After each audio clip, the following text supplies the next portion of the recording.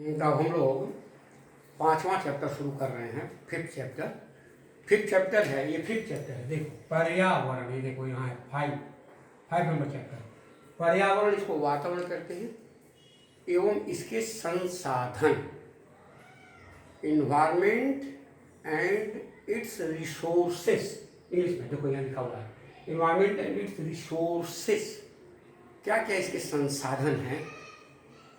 पर्यावरण या वातावरण का मतलब क्या है, इन्वायरमेंट किसे कहेंगे। जितने भी हमारे चारों तरफ सजीव और निर्जीव वस्तुएं हैं जिनका प्रभाव हमारे शरीर पर पड़ता है, उसको हम अपना वातावरण कहते हैं। अगर प्रभाव नहीं पड़ेगा तो वातावरण नहीं होगा, इस बात को ध्यान में रखिए। अब जैसे हवा निर्जीव है, पानी निर्जीव है, सूर्य का प्रकाश निर्जीव है, मिट्टी ये निर्जीव चीज़ है। ये चारों तरफ से घिरे हुए हैं हम, पौधा और जंतु, सभी जीवधारियों के चारों तरफ जो भी सजीव निर्जीव चीज़ें हैं जो उसको प्रभावित करती हैं, जिससे उस कहते हैं कि हम वातावरण से प्रभावित हो गए। पौधा और जंतु सभी के सभी अपने इन्वायरमेंट से प्रभावित होंगे। तो वही प्रभावित नहीं होंगे तब तक वातावरण, अब आप कहीं रह रहे हो उसका प्रभाव कोई नहीं पड़ रहा है तो आप नहीं कह सकते हमारा वातावरण कैसा है। आप कहते हो वातावरण बड़ा अच्छा है, यहाँ का वातावरण बहुत अच्छा है, खराब है, यहाँ का वातावरण बहुत खराब है, इस तरह से हम कह देते हैं। तो वातावरण शब्द है। वातावरण में पहली चीज है पारिस्थितिकी।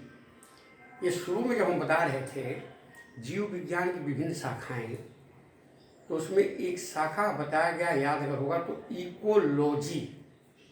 Ecology, ECOLOGY, ecology. इसकी इंग्लिश होती है पारिस्थितिकी। देखो ये लिखा हुआ इकोलॉजी। इकोलॉजी का मतलब क्या है, देखो हमने बताया पर्यावरण या वातावरण क्या है। पर्यावरण जो सजीव निर्जीव चीजें हैं जिनका प्रभाव हमारे शरीर पर पड़ रहा है। हवा का प्रभाव पड़ेगा, सूर्य के प्रकाश का प्रभाव पड़ेगा, तापक्रम का प्रभाव पड़ेगा, जल का प्रभाव पड़ेगा, सबका प्रभाव पड़ेगा। ये हमारे सबके सब मिलकर के वातावरण बनाएंगे, पर्यावरण बनाएंगे। यहाँ देखो सजीवों और उनके बीच पारस्परिक संबंध के अध्ययन को, सजीव और निर्जीव का परस्पर एक दूसरे से रिलेशन है, उसको हम कहते हैं इंटरेक्शन, अंतर संबंध। इंटरेक्शन है, एक्शन है, इंटरेक्शन है, अंतर संबंध। सजीव जैसे बिना हवा के, बिना ऑक्सीजन के हम जीवित नहीं रहेंगे, और बिना कार्बन डाइऑक्साइड के पौधा प्रकाश संश्लेषण करके भोजन नहीं बना पाएगा, निश्चित बात है। बिना जल के, जल ही जीवन है, बिना जल के जीवित हम नहीं रहेंगे, पौधा भी बिना जल के जीवित नहीं रहेगा, उसमें भोजन निर्माण नहीं होगा। सूर्य का प्रकाश नहीं मिलेगा तो पौधा भोजन नहीं निर्माण करेगा, प्रकाश संश्लेषण नहीं होगा तो हमें भोजन नहीं मिलेगा, जंतु को। कहने मतलब कि इकोलॉजी एक जीव विज्ञान की शाखा है जिसके अंतर्गत सजीव और निर्जीव वातावरण, इन दोनों के पारस्परिक संबंधों का अध्ययन करते हैं, उसे पारिस्थितिकी या इकोलॉजी कहते हैं। सजीवों और उनके बीच के पारस्परिक संबंध के अध्ययन को, सजीवों और निर्जीव के बीच के पारस्परिक संबंध के अध्ययन को, स्टडी को इकोलॉजी कहते हैं। अब पारिस्थितिकी में सजीवों के 4 स्तर होते हैं। किसी भी इकोलॉजी में सजीव का 4 स्तर होगा। एक होगा व्यक्तिगत स्तर, एक होगा आबादी स्तर, पॉपुलेशन का स्तर, एक होगा सामुदायिक स्तर, कम्युनिटी लेवल, और एक होगा इकोसिस्टम स्तर, पारिस्थितिक तंत्र लेवल। 4 ही स्तर होगा, 5वां कोई स्तर नहीं होगा। सजीव और निर्जीव के बीच का संबंध हो गया अध्ययन। तो ये इकोलॉजी जो है, सजीव और निर्जीव के बीच का जो संबंध, 4 स्तर पर संबंध बनता है। ध्यान से खूब पढ़िएगा, इसको ध्यान। 4 स्तर पर संबंध बनता है। एक है इंडिविजुअल लेयर, व्यक्तिगत स्तर पर संबंध बनेगा। दूसरा है आबादी, पॉपुलेशन, जनसंख्या, जिसको आबादी जनसंख्या कहते हैं, आबादी के स्तर पर एक इंटरेक्शन बनेगा। एक होगा कम्युनिटी लेवल पर, सामुदायिक स्तर पर, समुदाय हमारा आपका कई जीवों को मिलने से, विभिन्न जातियों के एक जगह आपस में रहने से समुदाय बनता है। और पारिस्थितिक तंत्र लेवल, 4 लेवल हमने लिख दिया। व्यक्तिगत स्तर, इसको अंग्रेजी में कहेंगे इंडिविजुअल लेयर, यहाँ लिखा है इंडिविजुअल लेयर। दूसरा आबादी स्तर, पॉपुलेशन लेयर नहीं, हाँ स्तर लेयर कहेंगे, लेवल भी कहोगे, लेवल जैसे इंडिविजुअल लेवल, हाँ ठीक, पॉपुलेशन लेवल आबादी स्तर, जनसंख्या स्तर, तीसरा समुदाय स्तर, कम्युनिटी लेवल, और चौथा है इको तंत्र स्तर, इकोलॉजिकल लेवल। चारों स्तर पर हम अलग अलग पढ़ रहे हैं, तो ध्यान से जो सुन लो बड़ा समझ में आएगा। और तो पहला लेवल है इंडिविजुअल लेयर, व्यक्तिगत स्तर पर। अब व्यक्तिगत स्तर पर हमको जानना है अनुकूलन। ये बड़ा सुंदर शब्द है, अनुकूल बनना, एडॉप्टेशन। सजीव जिस वातावरण में रह रहा है तो उसमें रचनात्मक, क्रियात्मक, उसके शरीर में बनावट वाला मॉर्फोलॉजिकल, स्ट्रक्चरल, रचनात्मक, आकार की बनावटी, क्रियात्मक, फिजियोलॉजिकल, बिहेवियरल माने आचरणगत, उसमें चेंजेज होते हैं जो उस सजीव को उस वातावरण से अधिक लाभ प्राप्त कर जीवन व्यतीत करने में मदद करते हैं। वो अपना जीवन व्यतीत करता है किसी वातावरण में रहकर सजीव, उसको एडॉप्टेशन, अनुकूलन कहते हैं। यहाँ हमने एक छोटी सी परिभाषा लिखा है, देखो, व्यक्तिगत स्तर पर सभी पौधों एवं जंतुओं के उस विशेष गुण को जिसके द्वारा ये अपने पर्यावरण में सहज ढंग से जीवन व्यतीत करते हुए अपना वंश विस्तार करते हैं, वंश प्रमाण को कायम करते हैं, उसे अनुकूलन कहते हैं। व्यक्तिगत स्तर पर अनुकूलन पहली बात है। अनुकूलन शब्द बिल्कुल याद करोगे, यहाँ लिखा हुआ है परिभाषा, 2 लाइन परिभाषा छोटी सी लिखा है हमने। व्यक्तिगत स्तर पर अनुकूलन, यहाँ अनुकूलन लिखना चाहिए, अनुकूलन हेडिंग छूट गई है। अनुकूलन देखो यहाँ लिखा अनुकूलन कहते हैं ना, यहाँ हेडिंग होनी चाहिए अनुकूलन। सभी पौधे एवं जंतुओं के उस विशेष गुण को, यह विशेष गुण है किसी सजीव की वह विशेषता जिसके द्वारा वह, हम कई तरह से इसकी परिभाषा दे सकते हैं। एक सिंपल परिभाषा हमने लिखा है जो आसानी से याद हो जाए। सजीव पौधों और जंतुओं के विशेष गुण को जिसके द्वारा ये अपने पर्यावरण में, इन्वायरमेंट में सहज ढंग से रहते हुए अपनी वंश वृद्धि करते रहते हैं, अपना जीवन व्यतीत करते हैं, उसे अनुकूलन कहते हैं। सहज ढंग से मछली पानी के जीवन में अनुकूलित है। पक्षी हवा के जीवन में उड़ करके अपने अनुकूलन बनाया है। सहज ढंग से हम पृथ्वी पर रह रहे हैं, यहाँ सहज ढंग से हम अपने इन्वायरमेंट में, अपने वातावरण में, परिवेश में रहकर अपनी संख्या को भी बढ़ा रहे हैं और उसमें जीवन व्यतीत कर रहे हैं। ये हमारा हुआ एडॉप्टेशन, अनुकूलन हुआ। देखिए अब यहाँ उसे अनुकूलन कहते हैं। अब यहाँ अनुकूलन 3 जो हमारे सिलेबस में उसी तरह से मैं पढ़ा रहा हूँ, सिलेबस की हेडिंग आप देखोगे तो उसमें मिल जाएगा। अनुकूलन 3 तरह से है। पहला प्रकाश के प्रति अनुकूलन, adaptation in light, adaptation in temperature, या ताप हमने लिखा, ताप के प्रति अनुकूलन होगा, आर्द्रता के प्रति अनुकूलन होगा। ये 3 चीज। अब देखो इसको थोड़ा सा एक लाइन इस पर लिखना है, 2 लाइन। प्रकाश के प्रति अनुकूलन देख लो। अब देखिए, कहीं दिन बहुत लंबा है, अधिक समय तक प्रकाश मिलता है, कहीं दिन बहुत छोटा है, रातें बहुत लंबी हैं, वहाँ कम प्रकाश मिलता है। प्रकाश के आधार पर पौधे फोटोफिलिक, प्रकाश के प्रति आकर्षित होने वाले पौधे। इसके पहले पौधे को आप देखो तो उसका तना अगर गमले में लगा करके जंगल के पास रख दो तो उसका तना प्रकाश की तरफ ऐसे मुड़ेगा। कमल का फूल है, प्रकाश मिलता है, सूर्योदय होता है तो खिलता है, इसका मतलब प्रकाश उसके लिए कितनी जरूरी है। प्रकाश संश्लेषण की क्रिया, क्लोरोफिल सक्रिय होता है प्रकाश में। जंतु को प्रकाश न मिले तो उसमें तरह तरह की बीमारियां हो जाएंगी, रोग हो जाएंगे। सूर्य का प्रकाश बहुत इंपॉर्टेंट चीज़ है। जंतुओं को, पौधों को जीवन प्रदान करने के लिए प्रकाशीय ऊर्जा तो प्रकाश की ही है। एनर्जी का सबसे बड़ा स्रोत सूर्य ही है, इसलिए कहा जाता है sun is the ultimate source of energy. सूर्य एकमात्र ऊर्जा का स्रोत है, दूसरा कोई ऊर्जा है नहीं। ऊर्जा उसकी पौधा लेता है तो उसकी ऊर्जा जो विकिरण ऊर्जा हो, रासायनिक ऊर्जा हम पढ़े हो प्रकाश संश्लेषण में, बदल करके स्थितिज ऊर्जा, पोटेंशियल एनर्जी के रूप में भोजन के अणुओं में बंद रहती है। उस भोजन को हम ऊर्जा प्राप्त करने के लिए ग्रहण करते हैं। हमारे अंदर काइनेटिक एनर्जी, गतिज ऊर्जा बदल जाती है। किसी में जुगनू वगैरह में देखा होगा प्रकाश निकलता है, उसमें प्रकाशीय ऊर्जा बदल जाती है। वही ऊर्जा किसी किसी में विद्युत ऊर्जा इलेक्ट्रिक रे होती है, एक मछली विद्युत तारा मछली उसको कहते हैं, इलेक्ट्रिक रे, उसमें विद्युत में बदल जाए, ये ऊर्जा बदलती रहती है, नष्ट नहीं होती। तो प्रकाश की बहुत जरूरत है, लेकिन ऊर्जा सूर्य की है। तो ये प्रकाश पौधों के लिए भी बहुत जरूरी है, जंतुओं के लिए उसके द्वारा अनुकूलन होगा प्रकाश में।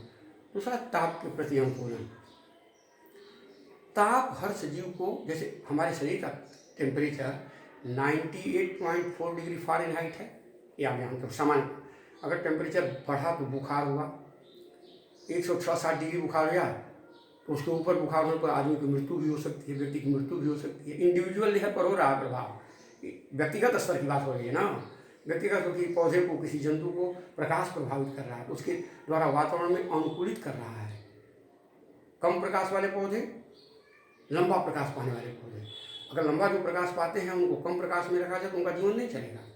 कम प्रकाश में जो रहते हैं वो अधिक प्रकाश पाएंगे तो उनका जीवन नहीं होगा। बहुत से पौधों को आप देखो कि घर में एक शीशे के अंदर, एक बोतल के अंदर पानी रख करके रख दो तो हरे भरे रहेंगे, सूखेंगे नहीं। और जैसे प्रकाश आएगा तो मुड़ भी रहेंगे। प्रकाश की इतनी भी कम प्रकाश अधिक प्रकाश, जंतु पर भी कम प्रकाश अधिक प्रकाश, ये प्रभाव डालता है। तापक्रम, टेम्परेचर, बॉडी का टेम्परेचर जैसे हमने बताया, हर जंतु के लिए 25 डिग्री से 35 डिग्री के बीच का टेम्परेचर। जैसे देखोगे बीज के अंकुरण के लिए उचित नमी, ताप और ऑक्सीजन की आवश्यकता है। एक बीज अंकुरित तभी होगा, तो इसका मतलब ताप वहाँ जरूरी है। ह्यूमिडिटी जो तीसरा शब्द है, नमी, उसके प्रति अंकुरण। ताप हर सजीव के जीवन क्रिया, जैविक क्रियाओं के संचालन के लिए विशेष तापक्रम की आवश्यकता होती है। ताप के कम, अब देखोगे ताप में ऐसा होता है कि कभी कभी साइबेरियन पक्षी, जब बहुत ठंडक पड़ने लगती है, वहाँ बर्फीली हवाएं चलती हैं, तो उड़ करके समशीतोष्ण जगहों पर, जहाँ का तापक्रम बहुत ठंडा न बहुत गर्म है, ऐसे जगहों पर पक्षी चले जाते हैं, अपना जीवन व्यतीत करते वहाँ रहते हैं। और फिर जैसे ही यहाँ का टेम्परेचर कम होने लगता है तो फिर अपने भूमि को लौट जाते हैं। इस तरह से उनको माइग्रेशन कहते हैं, अभी आगे हम थोड़ा सा बताएंगे। स्थानांतरण करते हैं, माइग्रेट करते हैं, उनको माइग्रेटरी बर्ड कहते भी, माइग्रेटरी बर्ड है वो। तो इसका मतलब कि ताप का प्रभाव पड़ेगा, कम या ज़्यादा ताप होगा तो हम भी प्रभावित होंगे, पौधा भी प्रभावित होगा। तो अनुकूलन बनाने के लिए ताप में भी अनुकूलन होता है। अब ध्रुवीय प्रदेशों के रहने वाले जीव, अब बर्फ में कोई जंतु, जैसे बर्फीले जगहों का कुत्ता देखोगे बाल लंबे लंबे होंगे, वहाँ का जो जानवर होगा उसकी त्वचा बड़ी मोटी होगी, उसके नीचे फैट की लेयर होगी ताकि शरीर की गर्मी मेंटेन रहे, नहीं तो मर जाएगा। तो प्रकृति ने उस स्थान पर रहने के लिए ताप के द्वारा अनुकूलित कर दिया उस जंतु को।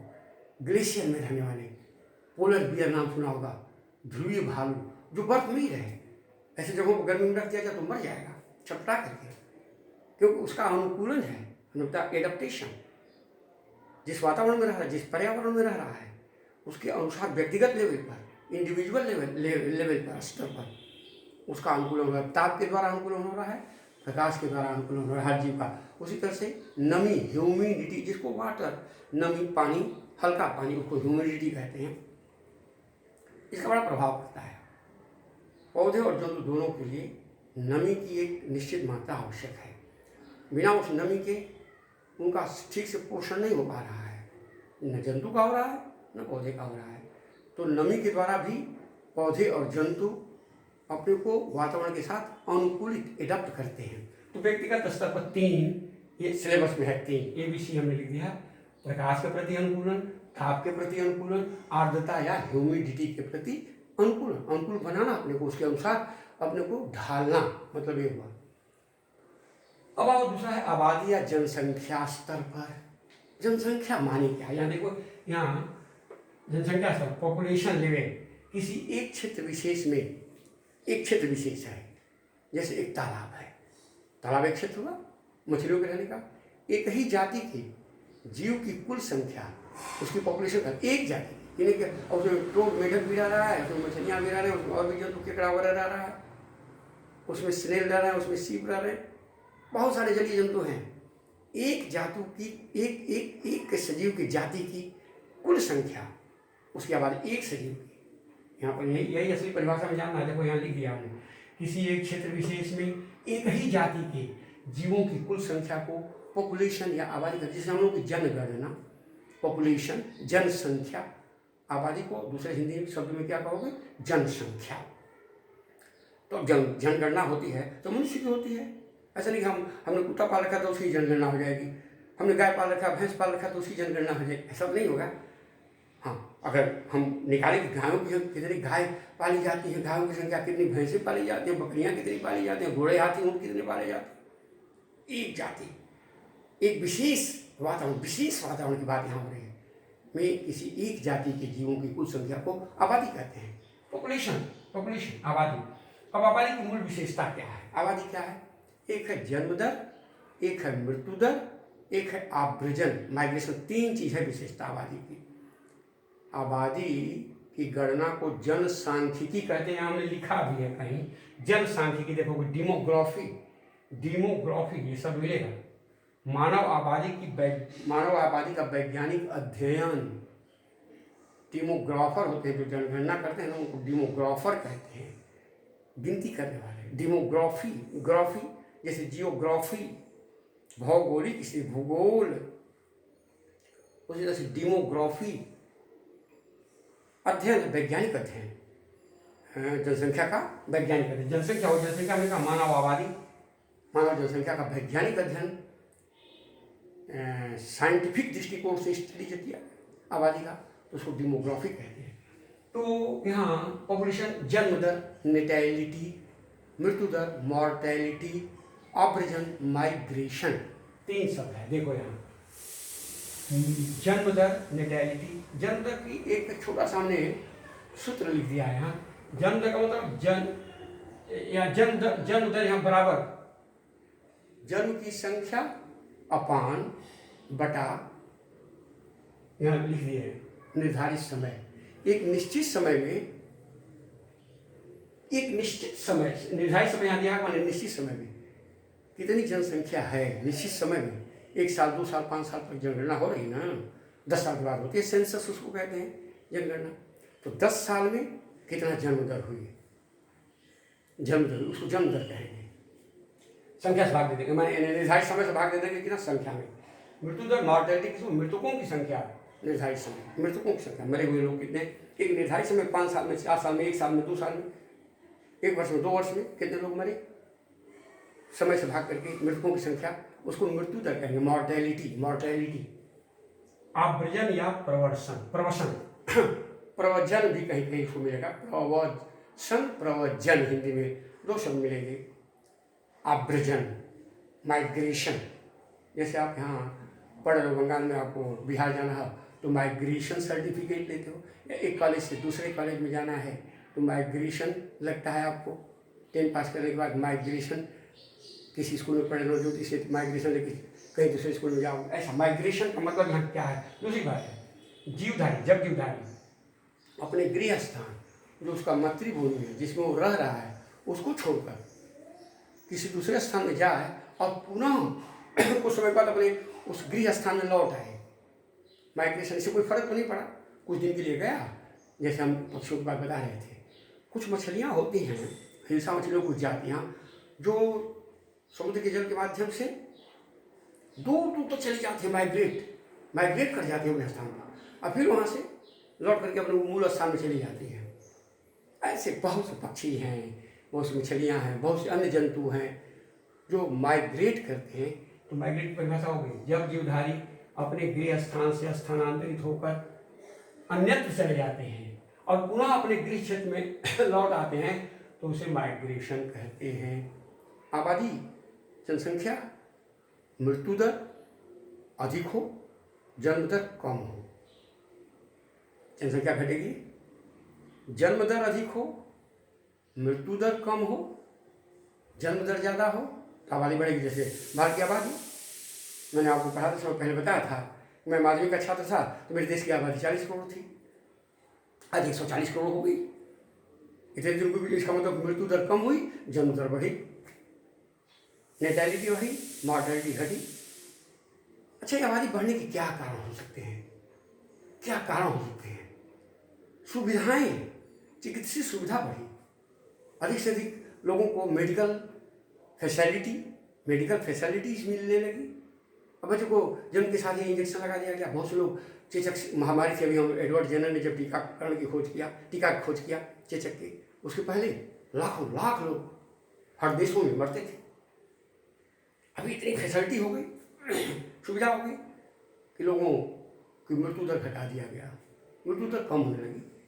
हाँ, दुर्घटनाएं बढ़ रही हैं, इसमें तो राय नहीं है, लेकिन फिर भी जनसंख्या बढ़ी तो इसका मतलब कि जन्म की दर ज़्यादा रही, मृत्यु की दर कम हुई, तभी तो जनसंख्या बढ़ेगी, आबादी बढ़ेगी, ये निश्चित है। तो आबादी बढ़ने का मतलब हो गया यहाँ प्रवर्सन। ये 3 हेडिंग आपको देना है, आबादी की मूल विशेषता। अब है जनसांख्यिकी, हमने पहले बता दिया। जनसांख्यिकी, जनसंख्या वृद्धि का नियंत्रण। जनसंख्या वृद्धि का नियंत्रण हम कैसे कंट्रोल करेंगे? बर्थ कंट्रोल, वही जनसंख्या वृद्धि को कैसे नियंत्रित किया जा सकता है? अपने सोचिए, किताब की कोई जरूरत नहीं है। जनसंख्या कब वृद्धि होगी? जब शिक्षित व्यक्ति होगा। कि निश्चित रूप से अशिक्षितों में जनसंख्या ज़्यादा है। जो शिक्षित नहीं है, शिक्षित मतलब केवल सर्टिफिकेट से मतलब नहीं होगा, इस बात को ध्यान रखिएगा। शिक्षित हम लोग को कहते हैं कि हम माध्यमिक की सर्टिफिकेट पा जाए, हायर सेकेंडरी की सर्टिफिकेट पा जाए, ग्रेजुएशन की डिग्री हो, पोस्ट ग्रेजुएशन की डिग्री हो, डॉक्टर की डिग्री हो, इंजीनियर की डिग्री हो। शिक्षा केवल, ये तो शिक्षा तो जरूर है लेकिन ज्ञान नहीं है, अंतर होगा। ज्ञान जब उसको हम सोच समझ कर उसको अप्लाई करें, कहते हैं अरे बड़ा मूर्ख है, इतनी डिग्री लेकर के भी बहुत मूर्ख है, डिग्री लेते हुए भी आदमी मूर्ख है। ज्ञानी और शिक्षित दोनों में थोड़ा सा अंतर है, इसको आप समझने की कोशिश जरूर करेंगे।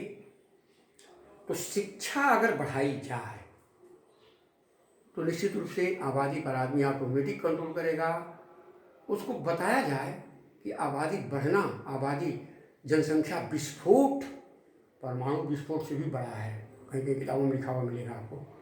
परमाणु विस्फोट, इसके पहले निश्चित रूप से कि जनसंख्या में वृद्धि अगर होगी तो सबको भोजन चाहिए, सबको आवास चाहिए, सबको चिकित्सा सुविधा चाहिए, सबको पीने के लिए शुद्ध पानी चाहिए। पानी का लेवल भाग रहा है, पानी का लेवल बहुत नीचे चला गया। जो ग्राउंड वाटर है उसी वाटर को तो हम पंप के द्वारा निकाल रहे हैं, बोरिंग करके छेद करके। ट्यूब से उसको, अब मान लो गंगा जी का पानी यहाँ सप्लाई हम लोग देख रहे हैं, हर जगह तो ऐसा नहीं। गाँव में हम लोग जाते हैं तो बोर करके पानी, ट्यूब माने नली, वेल माने कुआं, ट्यूबवेल उसको कहते हैं। नली वाला कुआं, ऐसे नली से बोरिंग करके, बोर माने छिद्र, बोरिंग माने छिद्र करना। तो ट्यूब माने नली, वेल माने कुआं, नली वाला कुआं ऐसे बनाया गया, पाइप से निकाल दिया, जमीन का पानी सब लोग खींच रहे हैं, प्रॉब्लम खड़ी हो जाएगी। तो शुद्ध पानी सबको चाहिए, शुद्ध भोजन की पूरी व्यवस्था रहनी चाहिए, सबको आवास, रहने के लिए मकान चाहिए, घर चाहिए, ये सभी सुविधाएं, चिकित्सीय सुविधा चाहिए, रहन सहन के लिए सबको जीवन यापन करने के लिए नौकरी, सर्विस, रोजगार चाहिए, एम्प्लॉयमेंट चाहिए। कहाँ से मिलेगा? समस्या बहुत विकराल हो रही है। वास्तव में अगर सरकार ने ध्यान नहीं दिया, लोगों ने, सरकार मैंने हम लोग खुद नहीं ध्यान दिए, तो ये विस्फोट इतना भयंकर होने जा रहा है। खैर प्रकृति मेंटेन भी करती है, नो डाउट, प्रकृति अपना संतुलन करीब करीब बनाने की कोशिश करती है। जंगलों की आग देख लो, इतना भयंकर आग लग रही है। अब टीवी पर आए दिन देखोगे, भीषण आगे लग रही हैं। तमाम वन जंगल ऑटोमेटिक नष्ट हो जा रहे हैं, जंगली जीव नष्ट होते चले जा रहे हैं, संतुलन बिगड़ रहा है, तमाम दुर्घटनाएं हो रही हैं आए दिन। ये कोविड-19 कोरोना, ये महामारी के रूप में कई लाख लोगों को निकल गया, पूरे विश्व से करोड़ों लोगों को निकला। ऐसी बहुत सारी चीज़ें हो रही हैं जिसका इलाज ही कोई नहीं मिल पा रहा है। चाहे जितना हम लोग अपने को विज्ञान की दृष्टि से उन्नतिशील समझे, लेकिन भया तो है। तो आबादी विस्फोट भाई बड़ी संकट आ ही रहा है। देख रहे हैं हम लोग, रहने के लिए जमीन को हम बढ़ा नहीं सकते, कृषि के लिए भूमि को हम बहुत चौड़ा नहीं कर सकते, बढ़ा नहीं सकते, वो सीमित है। फूड एंड शेल्टर, भोजन और आवास, ये दोनों सीमित है। इसलिए आबादी निश्चित रूप से सब विचार करके पढ़ाई लिखाई, शिक्षा दीक्षा, रहन सहन, सब पर बड़ा बुरा प्रभाव पड़ेगा। यहाँ वही चीज़ है, शिक्षा के द्वारा विवाह की उम्र जो है लड़के लड़कियों की बढ़ा करके हम आबादी को कम कर सकते हैं। और आजकल ऑटोमेटिक देखा जा रहा है कि विवाह की जो एज है वो पहले कम उम्र में बहुत जगह शादियाँ होती थी। आज भी कुछ समाज में कुछ लोग हैं जो कम उम्र में बच्चों की शादियाँ करते हैं, संतानों की बढ़ती हैं, आबादी बढ़ेगी। आज अभी देखा जा रहा है जो शिक्षित काफ़ी हैं तो उनकी एज होती है तो निश्चित रूप से ऑटोमेटिक संख्या उनकी कम हुई। परिवार नियोजन भी बहुत लोग करा रहे हैं। परिवार नियोजन के तो परिवार नियोजन कराना उसके द्वारा भी और ये बताया गया सबको भाई छोटा परिवार सुखी परिवार। अगर ऐसा सबको सुनने में भी आता है छोटा परिवार सुखी, इस तरह से हम आबादी को समझा बुझा करके इस विस्फोट को बचा सकते हैं। भोजन की, आवास की, चिकित्सा की, रहने से की सुविधा नहीं मिल पाएगी, पानी की सुविधा नहीं मिल पाएगी, तमाम रोगों से बचाव की सुविधा नहीं हो पाएगी। अब हॉस्पिटल इतना कहाँ से है? क्या कितने एम्स बन जाए, कितने हॉस्पिटल प्राइवेट से लेकर के गवर्नमेंट खोल दे, समस्या हो जाएगी, हम नहीं संभाल सकते हैं। तो ये हो गया। अब आइए, ये तो हो गया आबादी स्तर, व्यक्तिगत स्तर पर अनुकूल कैसे हो रहा है, आबादी के लेवल पर किस तरह से हमको अपने को अनुकूल बनाना है। अब आइए समुदाय के स्तर पर, समुदाय कम्युनिटी, देखो यहाँ लिखा है दूसरा समुदाय स्तर, तीसरा समुदाय स्तर। ये तो पहला व्यक्तिगत स्तर, दूसरा आबादी स्तर, तीसरा समुदाय स्तर कम्युनिटी लेवल। एक निश्चित भौगोलिक क्षेत्र या आवास स्थान में निवास करने वाले विभिन्न आबादी के समूह समुदाय। आबादी का समूह समुदाय हुआ। एक ही जाति का समूह एक निश्चित विशेष क्षेत्र में आबादी हुई।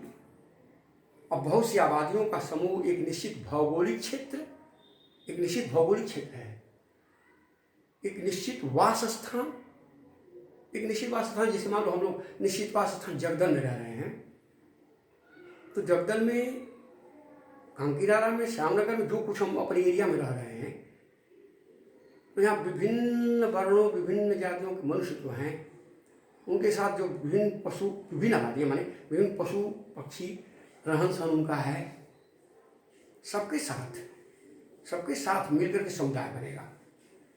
विभिन्न जातियों का समूह, विभिन्न आबादियों का समूह, समष्टि कहते हैं, समष्टि। वो समूह कहलाएगा, क्या कहलाएगा? समुदाय, कम्युनिटी कहलाएगा। एक निश्चित भौगोलिक क्षेत्र या आवास स्थान में निवास करने वाले विभिन्न आबादी के समूह को ही समुदाय कहते हैं। सामुदायिक अंतःक्रियाएं है, एक सिलेबस के अनुसार जानना है। अंतःक्रिया अब समुदाय में, जैसे पेड़ पौधा जहाँ हम रह रहे हैं, अब जहाँ हम रह रहे हैं वहाँ पेड़ पौधों का भी हमारा एक समुदाय हो गया भाई। ऐसा नहीं समझो कि वो भी तो सजीव है, उससे भी हम प्रभावित हो रहे हैं। अंतःक्रिया चल रही है। अंतःक्रिया कैसी होती है? सजीव और निर्जीव पारिस्थितिकी जो शब्द हमने शुरू किया, इकोलॉजी, उसी का अध्ययन है। एक दूसरे के बीच, एक दूसरे के ऊपर निर्भरशील है। पौधा के ऊपर जंतु निर्भर है और जंतु के ऊपर पौधा निर्भर है, निश्चित रूप से। तो यहाँ समुदाय में अंतःक्रिया क्या है? प्रतियोगिता। पहला देखो यहाँ लिखा है हमने, प्रतियोगिता, जिसको कंपटीशन कहते हैं। कंपटीशन, ठीक ना? प्रतियोगिता। एक ही प्रकार के संसाधनों का उपयोग करने वाले, एक ही प्रकार के संसाधन का उपयोग करने वाले दो या दो से अधिक जीवों के बीच की अंतःक्रिया जो है, संघर्ष हो रहा है भाई। दो या दो से अधिक जीवों के बीच का संघर्ष, एक ही प्रकार के चीजों का उपभोग कर रहे हैं, दो या दो से जीव अधिक भी। अब मान लो जिसके पास बहुत अधिक पैसा है, उसने ज़्यादा जमीन हड़प लिया, ज़्यादा मकान बनवा लिया। दूसरा भी उसी चीज़ को पाने के लिए कोशिश करेगा, हमको भी इतना मिलना चाहिए। दो या दो से अधिक जीवों के बीच पारस्परिक क्रिया हो रही है, वो अंतः संबंध है, उनका समुदाय का आपस में टकराव होगा। एक अपने को बचाने के लिए इसको कहते हैं इंटर स्पेसिफिक स्ट्रगल, अंतरजातीय संघर्ष है, स्ट्रगल है। आप भी स्ट्रगल करो, पढ़ाई करो, स्ट्रगल है, तरह का बहुत बड़ा संघर्ष है।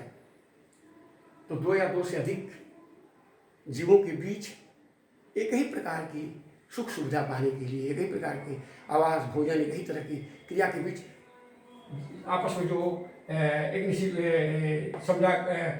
संसाधनों का उपयोग करें। जो संसाधन हमको मिल रहा है, पानी मिल रहा है, अब साफ पानी आ गया तो उसमें एक दूसरे से टकरा रहे हैं, जल्दी हमको पानी 2 बाल्टी चाहिए, किसी को 4 बाल्टी चाहिए, कोई एक बाल्टी लेके खड़ा है, आधा घंटा हो गया।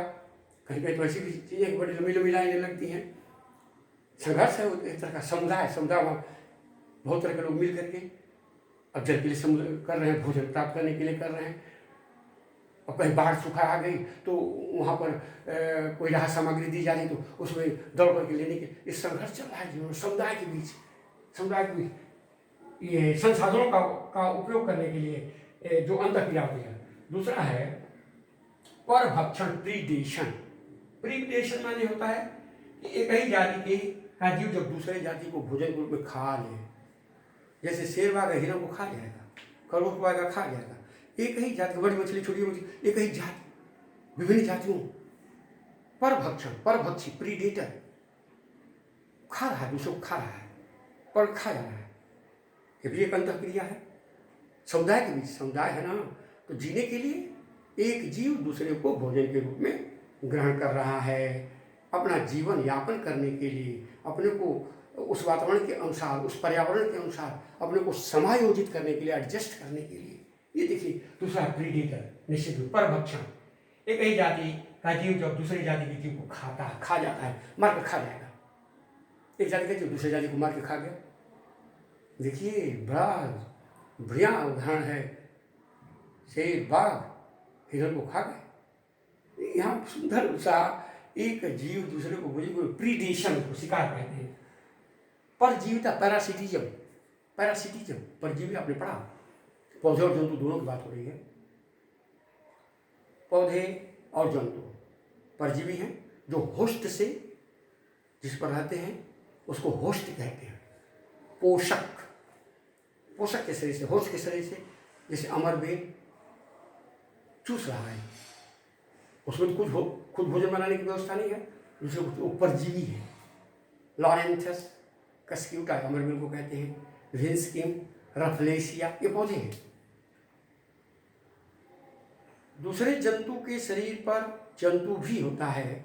एक तरह का यहाँ हमने एक उदाहरण लिखा है, यहाँ परजीविता में हम लोगों के शरीर के अंदर जैसे मच्छर खूब चूस रहा है, हम लोगों के शरीर के अंदर किचुआ पड़ जाए, पेट का स्क्रिस वो चूस रहा है, परजीवी दूसरे पर अपना भोजन। जंतु भी लेता है, पौधे भी परजीवी होते हैं। ये संघर्ष है, देखो इसमें समुदाय के बीच, समुदाय की अंतःक्रिया जानना है। इसके बाद सहयोगिता, 3 हो गया। पहला हुआ प्रतियोगिता, कंपटीशन। दूसरा हुआ परभक्षण दूसरे को शिकार के रूप में खाना, प्रीडेशन यहाँ लिखा हुआ है, अंग्रेजी जानोगे। परजीविता, पैरासिटिज्म, जो परजीवी है दूसरे जीव को खाते हैं। सहयोगिता, कोऑपरेट करना, जैसे मटर कुल के पौधे में सहजीवी है राइजोबियम, जो नाइट्रोजन को अवशोषित करके उसे नाइट्रेट देता है, सहजीवी है, कोऑपरेट कर रहा है, सहयोग कर रहा है, एक दूसरे के साथ म्यूचुअल अंडरस्टैंडिंग बना करके कोऑपरेट करना, एक दूसरे को लाभ पहुंचाते हुए जीवन जीते रहना। ये भी एक समुदाय के बीच में कंपटीशन वर्क नहीं हुआ। बहुत सुंदर उदाहरण है। कोऑपरेशन, जब 2 या 2 से अधिक जातियों का जीवन एक साथ जुड़े रहकर अपने पोषण, अपने भोजन की व्यवस्था करते, एक साथ जुड़े रहकर अपने भोजन की व्यवस्था करते। एक जंतु जो गाय बैल भैंस, उसके ऊपर जो छोटे छोटे जू वगैरह होते हैं उसको खाता है। यहाँ हमने नाम दिया है, ये दिया ऑक्सपीकर पक्षी। देखो यहाँ दिया है ऑक्सपेकर, एक पक्षी है। देखो गायों के शरीर पर बैठ के भैंसों के शरीर को उसके जू वगैरह पर उसको खाता रहता है, बड़ा विचित्र है। ऐसा बहुत से जीव जंतु एक दूसरे को इस तरह से 2-3 स्तर हुआ। व्यक्तिगत स्तर, जनसंख्या या आबादी स्तर, पॉपुलेशन लेवल, इंडिविजुअल लेवल। व्यक्तिगत स्तर पर किस तरह से अनुकूलन हम करते हैं, ताप के साथ, प्रकाश के साथ, नमी के साथ, ह्यूमिडिटी के साथ, 3 वहाँ जानना है। इसके बाद आबादी किस तरह से, मृत्यु दर, जन्म दर, माइग्रेशन, आवर्जन या प्रवर्सन, किस तरह से आबादी का बढ़ना, वृद्धि हो रही है, क्या क्या कारण है, आबादी बढ़ने को हम कैसे रोकें, ये सब थोड़ा सा 2-3 पॉइंट आपको याद करना है। फिर समुदाय, कई आबादियों की एक साथ मिल करके जीवन व्यतीत करना, तो समुदाय में अंतः क्रियाएँ हो रही हैं, अंतः क्रिया हो रही है एक दूसरे के साथ। कहीं प्रिडेशन हो रहा है, मार खा रहा है, कहीं परभक्षण हो रहा है, कहीं परजीविता है, कहीं कोऑपरेशन है, सहयोगिता भी है, सहयोगिता है, विभिन्न स्तर पर सहयोगिता है, प्रतियोगिता है, कंपटीशन है, प्रतियोगिता है, परभक्षण है, प्रिडेशन है, परजीविता है, पैरासिटिज्म है, और सहयोगिता है, कोऑपरेशन है, समुदाय के बीच जीवों पर। इस तरह से सजीव अपने को अनुकूलित करता है। अब इसके बाद आता है, थोड़ा सा आगे बताएंगे, लेकिन इसके बाद जो चौथा आता है ना, पर्यावरण, इसके संसाधन की बात मैं यहाँ कर रहा हूँ, जानोगे, पर्यावरण और इसके संसाधन की बात हो रही है। चौथा कौन सा स्तर आता है? पारिस्थितिक तंत्र स्तर।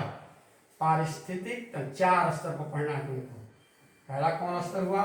व्यक्तिगत स्तर, इंडिविजुअल लेवल। दूसरा कौन स्तर हुआ? आबादी लेवल, जनसंख्या स्तर। तीसरा कौन स्तर हुआ? समुदाय स्तर, कम्युनिटी लेवल। 3 लेवल तो आप पढ़ लिए कैसे कैसे हो रहा है। चौथा बड़ा सुंदर है, सबसे सुंदर है, और चौथा स्तर को बड़ा प्रश्न भी आएगा, इसलिए चौथा स्तर को थोड़ा ज़्यादा पढ़ना है। चौथा स्तर यहाँ थोड़ा सा मैं बता देता हूँ। चौथा लेवल पारिस्थितिक, बहुत सुंदर है, पारिस्थितिक तंत्र स्तर, ये बहुत सुंदर शब्द है। यह इकोसिस्टम लेवल, इकोसिस्टम लेवल है जी, स्तर है। पारिस्थितिक तंत्र, सजीव और निर्जीव, इकोलॉजी तो हमने बताया, जीव विज्ञान को शाखा है जिसमें सजीव और निर्जीव के परस्पर संबंधों का अध्ययन करते हैं। अभी हमने परिभाषा आपको बताया ना, उसको इकोलॉजी कहेंगे। इकोसिस्टम, सिस्टम माने तंत्र, क्या है? सजीव एजी टैंसले, एक बहुत बड़े वैज्ञानिक, 1935 में 20वीं सदी घटना है। एजी टैंसले एक वैज्ञानिक थे, किताब में मिलेगा नहीं मिलेगा मैं नहीं जानता। एजी टैंसले 1935 ईस्वी में इस शब्द का प्रयोग किया, इकोसिस्टम का प्रयोग किया, इसका इकोसिस्टम शब्द का प्रयोग किया। एजी टैंसले ने 1935 ईस्वी, 20वीं सदी घटना है। सजीव और निर्जीव आपस में एक दूसरे के बीच लेन देन की प्रतिक्रियाएं होती हैं। उस लेन देन की प्रतिक्रिया के फलस्वरूप जो तंत्र बनता है उसे इको तंत्र कहते हैं। इको तंत्र हिंदी में आप लिख सकते हो, पारिस्थितिक तंत्र को आप क्या लिख सकते हो? इको तंत्र लिख सकते हो। बस इतने इको तंत्र स्तर यहाँ इतना लिखोगे तो भी हो जाएगा। इको सिस्टम लेवल क्या परिभाषा हुई? सजीव और निर्जीव के बीच परस्पर लेन देन, आदान प्रदान की क्रियाओं के फलस्वरूप जो तंत्र बनता है उसे हम इको तंत्र कहते हैं। यहाँ पर इसके अवयव पढ़ना, एक छोटा सा चार्ट बना देते हैं, इसके बाद आगे पढ़ाएंगे। अब इको तंत्र के अवयव, यहाँ बहुत सुंदर, यहाँ एक चीज जानना है, बड़ा इंपॉर्टेंट बात बता रहे हैं। इको तंत्र के अवयव, इको तंत्र के अवयव, कंपोनेंट्स, इंग्लिश को जो भी है जानना, ऑफ इको सिस्टम। एक है निर्जीव अवयव, दूसरा है सजीव अवयव।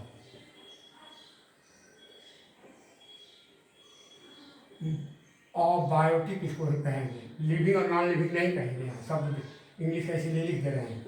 और बायोटिक कंपोनेंट्स, ऐसा नहीं लिविंग और नॉन लिविंग कर दिए। और बायोटिक कंपोनेंट्स, बायोटिक कंपोनेंट्स। अब इसमें हम सीधे सीधे लिख देते हैं, प्रकाश, ताप, वायु,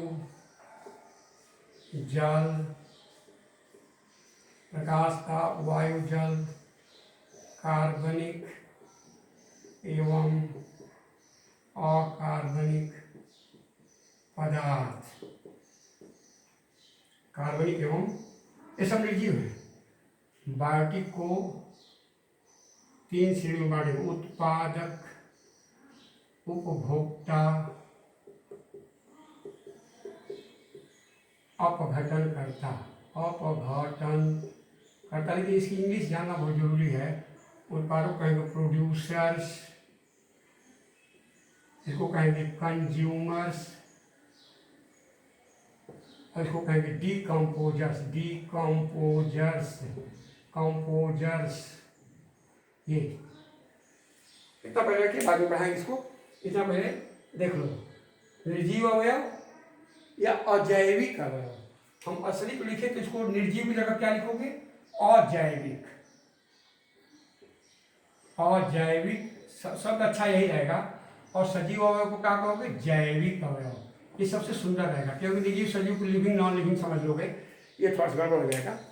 अब निर्जीव लिखेंगे तो कहोगे नॉन लिविंग, सजीव लिखोगे कहेंगे लिविंग, लेकिन जैविक, अजैविक, जैविक बायोटिक, अजैविक अबायोटिक, अबायोटिक अ लग जाएगा, बायोटिक वही रहेगा, अ लगा देंगे।